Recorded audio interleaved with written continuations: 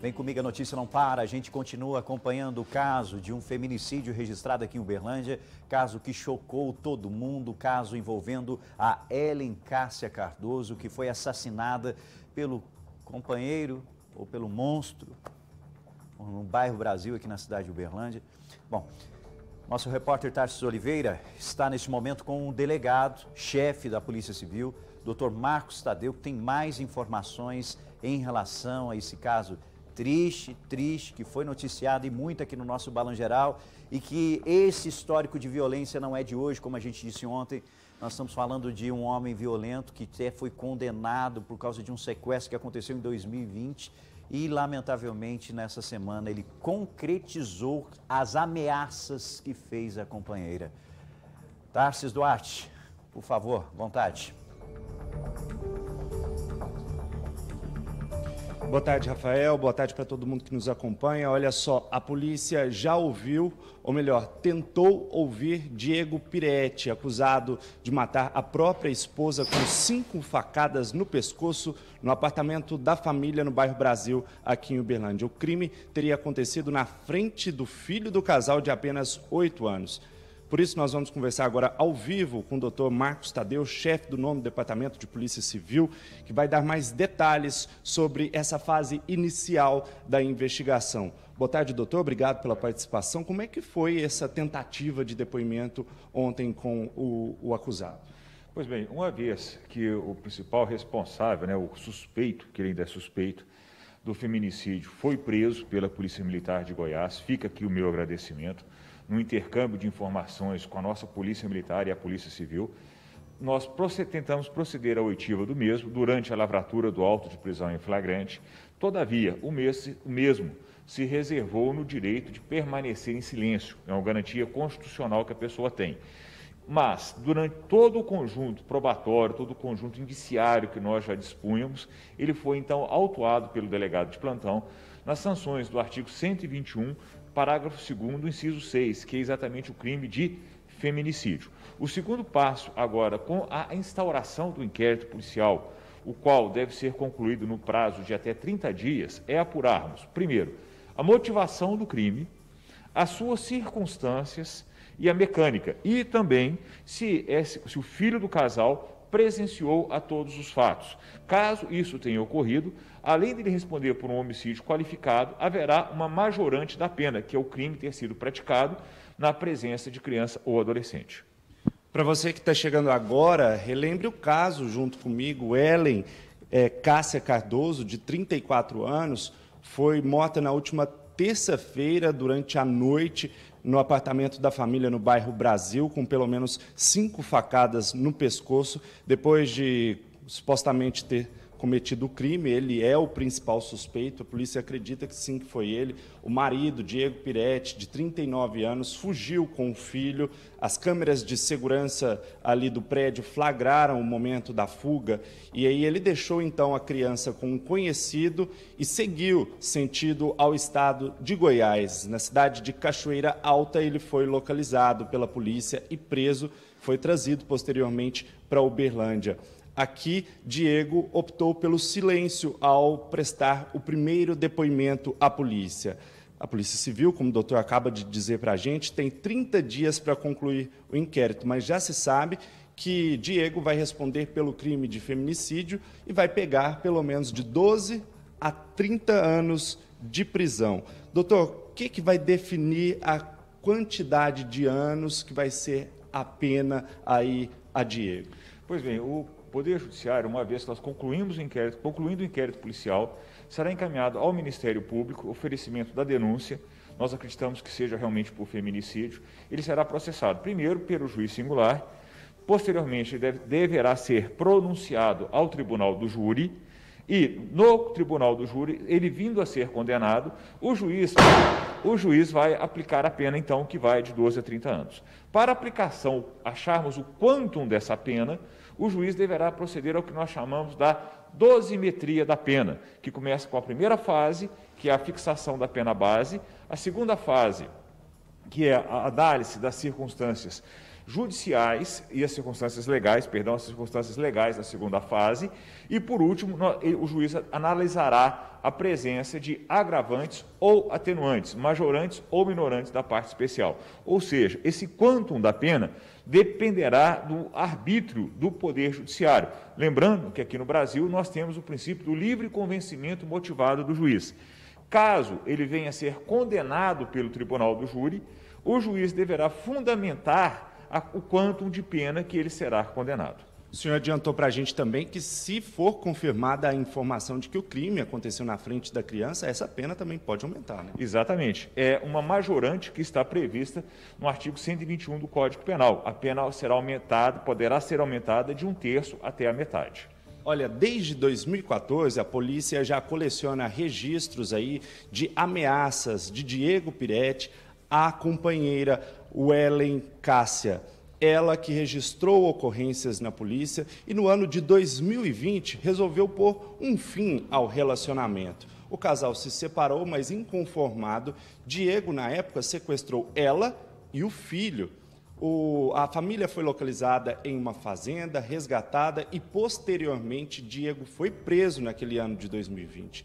Ele foi solto em abril de 2022, portanto, neste ano, e só depois, então, o casal retomou o relacionamento. E aí, então, agora, na última terça-feira, aconteceu o crime. Doutor, para quem está em casa nos entender, tem muita gente se perguntando, o crime foi em 2020, por que Diego já estava nas ruas em 2022? Houve progressão de pena? Exatamente. Ele estava no regime fechado, com a progressão do cumprimento de pena, ele passou para o regime semiaberto. No regime semiaberto, então, ele voltou a conviver com a vítima, o que, segundo informações, teria provocado até um desentendimento da família da vítima para com ela, que eles não aceitavam isso. Todavia, nós temos aqui que abrir o parênteses do que é o ciclo da violência doméstica, que aflige diversas mulheres para esse país afora. Pois bem, primeiro tem a fase da conquista. Meu amor, você é linda, você é maravilhosa. Esse ciclo da conquista, essa fase da conquista, de repente, ela passa para a fase de atritos. Você é feia, você é burra, você não faz nada direito, você faz isso, você faz aquilo, e a mulher sempre contemporizando. Partimos, então, da violência psicológica para a violência física. Olha, por que você fez isso? E começam as agressões físicas. Essas agressões físicas, não, vou me separar, vou para a casa dos meus pais. Pelo amor de Deus, não faça isso. Eu te amo, eu te adoro. E nós começamos novamente a fase da conquista. A fase da conquista, ela evolui para a fase da violência psicológica e, posteriormente, para a fase da violência física, chegando ao seu extremo, que é o feminicídio. Nós temos aqui em Uberlândia, não só a Delegacia Especializada de Atendimento à Mulher, mas diversos órgãos da Prefeitura Municipal que trabalham juntamente com a Delegacia da Mulher, bem como a Patrulha de Prevenção à Violência Doméstica da Polícia Militar. Então, a vítima de agressões físicas, as vítimas de violência doméstica, tem toda uma estrutura pública pronto para ajudá-la, pronto para auxiliá-la.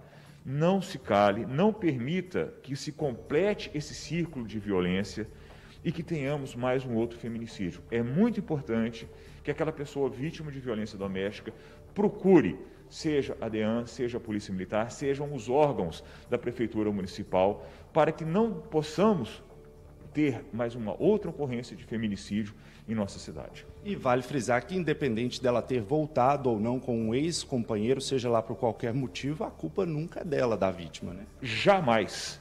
Jamais. Nós temos que acabar com esse preconceito, com esse folclore que a culpa é da vítima. Não, a vítima, ela é vítima, ela é sujeito passivo de uma agressão, seja uma agressão patrimonial, sexual, física ou moral. Ela é vítima e, como vítima, ela precisa de proteção. Doutor, sabemos que as investigações estão em fase inicial aí, mas quais os próximos passos da Polícia Civil a partir de agora para trabalhar aí em cima desse caso e entregar, dentro do prazo de 30 dias, o resultado do inquérito? Bom, nós temos várias e várias diligências a serem cumpridas, a serem desencadeadas. A oitiva de todas as pessoas que possuem qualquer tipo de relacionamento com aquele casal, a juntada e estudo do laudo pericial, seja a perícia realizada no local do fato, o locus delicti, bem como o exame de necrópsia, certo? Nós apuramos, a necrópsia já demonstrou isso, que ela sofreu 5 facadas e que a morte dela foi em razão de choque hipovolêmico, hemorragias, provocadas pela ação de um instrumento pérfuro-cortante, que é exatamente uma faca que foi utilizada pelo seu algoz e que foi encontrada no local do crime, próximo ao corpo da vítima. Tá certo. Muito obrigado pelas informações, doutor Marcos Tadeu, chefe do 9º Departamento de Polícia Civil, que deu detalhes aí sobre como vai ser a investigação a partir de agora. Lembrando que o corpo de Wellen Cássia Cardoso foi sepultado na tarde de ontem no cemitério Parque dos Buritis. E a criança, o filho do casal, de apenas 8 anos, segue com familiares. A Justiça vai determinar quem fica com a guarda do garoto a partir de agora. Rafael. Obrigado, Tarso Duarte. Agradece imensamente o doutor Marcos Tadeu, trazendo todos os detalhes, sendo pontual e muito claro em relação a esse fato. Trabalho que vem sendo desempenhado aí pela Polícia Civil, com o objetivo de trazer todos os elementos para que o Judiciário decida em relação à condenação deste homem. E como disse o doutor Marcos Tadeu, são 3 fases no relacionamento. Fase da conquista, daí lamentavelmente a partir do momento que nós falamos de um abusador, de um agressor, tem a fase aí das agressões psicológicas e depois a agressão física. Mulher, tome o máximo de cuidado com quem você se relaciona, a gente sempre falou sobre isso aqui no nosso Balanço Geral. E ao mesmo tempo, a gente sempre fala aqui no nosso programa que não adianta só uma medida protetiva, não adianta todas as forças de segurança estarem antenadas em relação a uma mulher, se ela não receber um outro tipo de amparo. Amparo emocional, amparo até econômico em alguns casos, porque as mulheres são dependentes muitas vezes do companheiro, do marido. Então, existem fragilidades nesse processo que lamentavelmente colocam essas mulheres em risco. E outra coisa, a gente nunca sabe o que aconteceu nessa relação.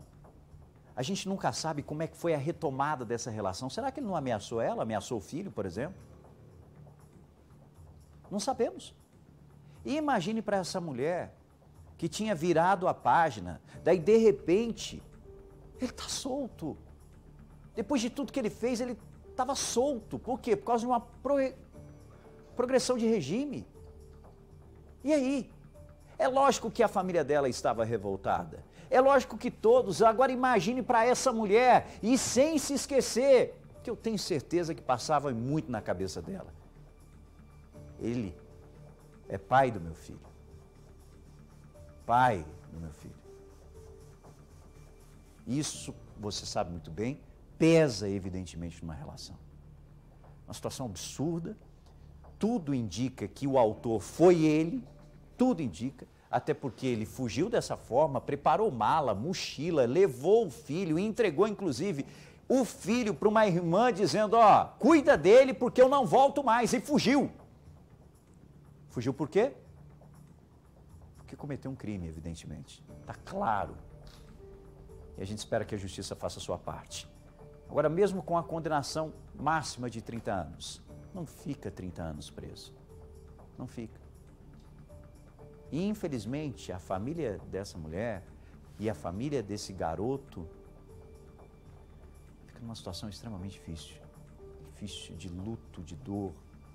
E merecem muito a atenção das nossas autoridades. E essa criança vai precisar ir muito de atenção, principalmente se confirmar, através dessa perícia que está sendo feita pela Polícia Civil, que a criança pode ter visto tudo que aconteceu. O trauma é gigantesco. Gigantesco. A gente vai continuar acompanhando, lembrando então, a Polícia Civil tem 30 dias para a conclusão desse inquérito, para deixar aí à disposição da Justiça. Tendo a conclusão, claro, a gente vai voltar e trazer as informações aqui no nosso Balanço Geral. E mulher, denuncie a agressão, tá? Qualquer tipo de violência, qualquer episódio de violência, denuncie.